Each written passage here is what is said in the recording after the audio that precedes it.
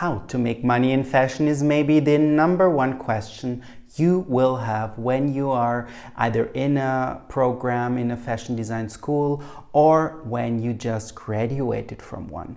I'm a fashion designer since 15 years. I have successfully built up my own label, but I have also worked for other companies. And in this video, I will show you different approaches, different ways, and I will explain about the most important things you should have when you want to be successful in fashion design and when you would like to have a real paid job in this field. So let's jump into the video.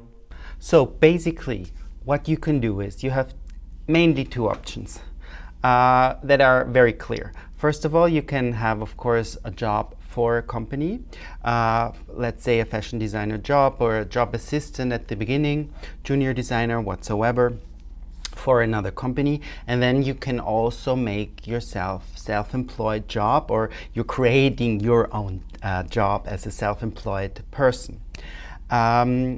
Let's start with the beginning. And I always want to also include in this video the tools and very important things that I have experienced, and also that I, as a business owner, know or have the experience when I have to employ people for certain jobs. So let's start when you want to work for a fashion house, for a label, for a designer. If you apply for a job, and I see this so often, be prepared. You have to know where you are going to do the job interview. You have to know everything about the homepage and what they have done and so on. So please be prepared. I see this so often when you ask some questions about young designers that come to a job interview and they actually don't know where they are, which is kind of embarrassing for both of us, me as the one who has the job and the other one who wants the job. So be prepared. This is very, very, very important. Many creatives think it's enough to be creative, but that is not enough. Also show what you can do, what you're great in, organization or technical skills and so on. So please show what you know. And how do you show that? By having a professional portfolio. Now, portfolio would be a whole video by itself, yeah, how to prepare a professional portfolio. If you're interested in that, I can explain, or my experience, I can show portfolios and so on. If you want that, just subscribe or give me some notes, I can do that. But portfolio, the very important thing is only include in your portfolio your best work. So you have to practice a lot, of course, and show only your best work. That is easy digestible for the one who reads it. So have it like in a book or on the homepage where one can flip through what I need.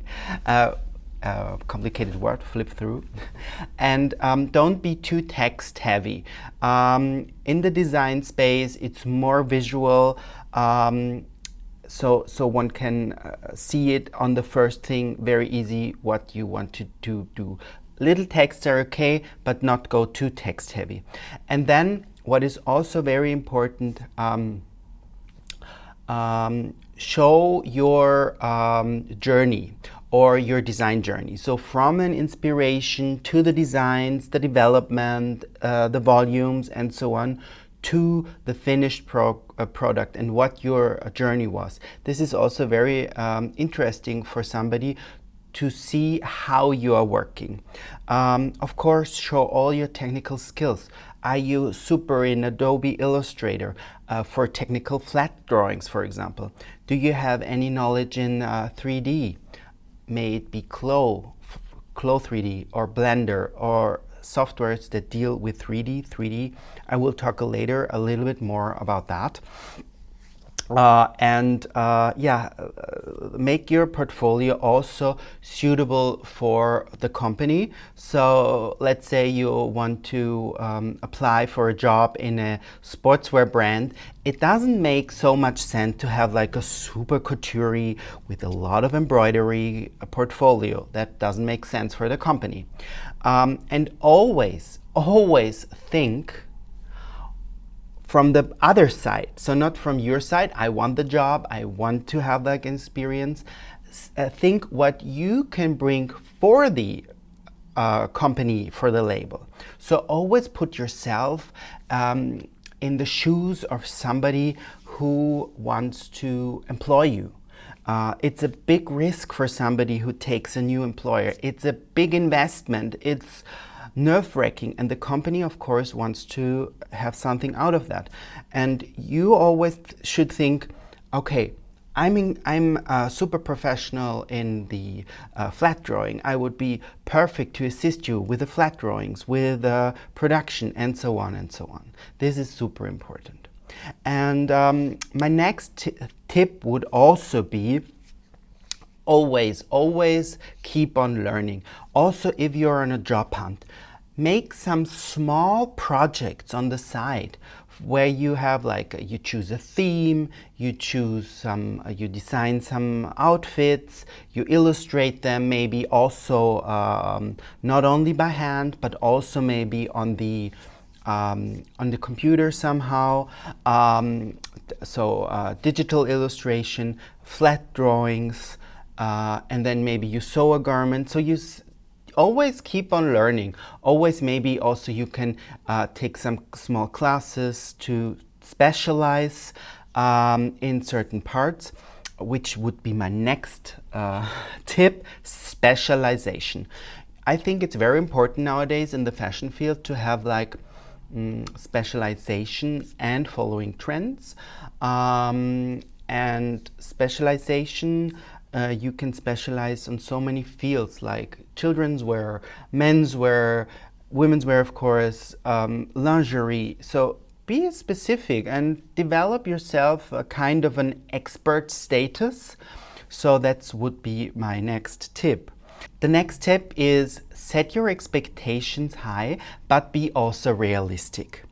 What do I mean by that? Of course, every young designer wants to work as a chief, executive, fashion, whatsoever, fancy names, professional in a big fashion house or for a big company or a big brand or a label. But in the beginning, you will not have the ability to do so, or in most, let's say in most cases. So look what's around, what company you could work for, and take all the abilities that you can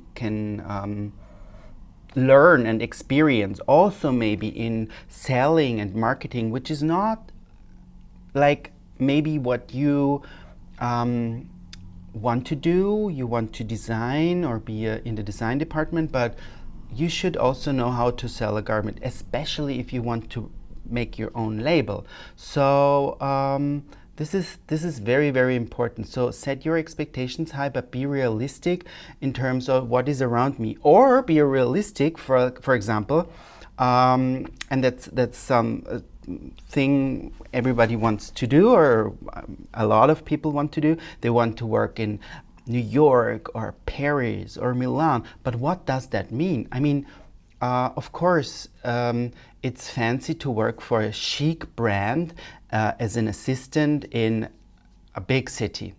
But salaries, be realistic, salaries are very low. And living in such an expensive city can be tricky. So actually, can you afford to do so? I mean, when I was starting off, I came out of a very, very big job, and I was on a job hunt, and I had a job interview for a design position, and junior design position there was actually no design position. It was more of an internship or working experience, and I was a little bit frustrated because I thought the position would be different than they invited me. And they would have paid me, but very, very little. And it was in Switzerland. And there they asked me, how would you like to afford, or can you afford to work for us? Like literally, because I mean, my payment wouldn't have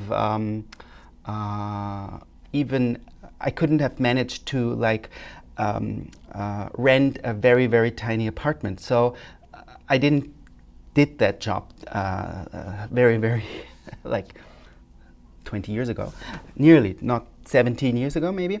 But yeah, it's something you have to consider.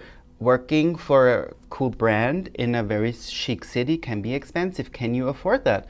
I mean, yeah, in the end of the day, we want to have jobs that pay our rent and our life. But yeah, be realistic. It's maybe better to work for maybe not so big company, but they pay you a fair salary and so on. So make yourself clear about that. And moving around as a designer, if you are very rooted in one area, it will be difficult. So yeah, it's something you have to consider. Of course, the other big thing you could do is you could make your own job. What do I mean by that? Clearly, you can build your own brand. You can set up your own label. There are tons and tons of videos for being successful on my YouTube channel, so please check them out. But think this way. Of course, you can make your own brand and your own designs and rent a shop and sell and so on. But maybe there are also different possibilities to start. I mean, a lot of designers, they are in need of pattern makers, for example, or sample sewers, or somebody who sources fabric. You could also make yourself self-employed by providing these things like doing patterns for others or doing samples for others. If you're very good in pattern making or a skilled pattern making, you have a skilled pattern making education, or you know how to do like technical things for pattern making. You know how to set up the digital print, and you know where to print them out and so on. This is like, think what designers could use and what designers would need. This is like also what you could consider starting for other labels, and I think there is a high demand for that. Last but not least, I want to also give you some ideas or things where I think that will be high in demand in the future also, like from a standpoint 2024. I mean, fashion is always changing a lot. I think there are certain areas that will evolve and some that will be very, if you specialize on that, will be difficult. From my point of view, I think 3D will be very, very important. So get to know 3D softwares like Clo 3D or Blender. I mean, it's not easy. It's really a learning process. But if you have this ability to use this 3D softwares, there are tons more. But like I think this is very also a very, very good skill you have under your skill belt. And in regard of that, there is also artificial intelligence, AI. I think we will see more and more and more taking in the AI. So you should deal a little bit with prompts, so the words you need to make the AI software do what you want. But it's a tool. I'm fully convinced that it's a tool. It will speed things up. It will make things easier. It will make things quicker. But there should be people around that know how to use it properly and great. And it's a start already. So we should all we designers, we have to have some kind of interest in learning that, because it's not going away anymore. But I mean, the AI is not going in our, so far, not going into our brain, and then the product is finished. So, which also is the next thing. I think everything that's in the making of the garments will be in high demand. Also sewing and pattern making and stuff like that. Maybe not the production, which is more and more and more outsourced in countries where it's cheaper. But if you know how to sew, if you know how to do a pattern, will still be in a high demand, I think. And now to the fields where I think will be difficult. I think difficulties will come in the field, everything that's text-based, marketing, social media, and picture. I think we will use more and more and more for catalogs and so on, AI to dress on mannequins, virtual tryouts for customers and so on. So everything that's a little bit marketing will be more and more difficult. There will be lesser jobs. But of course there will be other jobs created, I think, for sure. But everything that has to do with pictures, I think will be more and more difficult. I mean, there will always be fancy, great photo shootings, but I think especially for small labels, as the time goes by, there will be techniques and possibilities and apps and so on where we shoot and the program will put it on the mannequin, on a digital mannequin and so on. So everything also involved maybe in modeling and so on will change a lot, I think, from my perspective, which I'm always already seeing. So this will be very difficult. If you have any questions on job hunt, on how to make money in fashion, please do not hesitate. I love to have your feedback. Maybe I'm totally wrong. Please give me that feedback. Yeah, subscribe to the channel. I'm always happy for every subscription. And also comment, what are your thoughts? Where are your difficulties? Maybe I can do a video especially on that. I would love to do that for you. And have a happy job hunt or career change or whatsoever, and keep it in a good mood.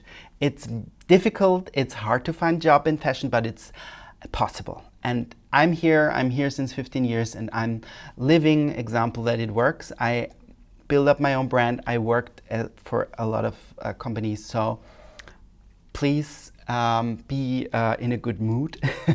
And I hope I could cheer you up a bit. And if you have any questions, don't hesitate. I'm here for you. See you soon.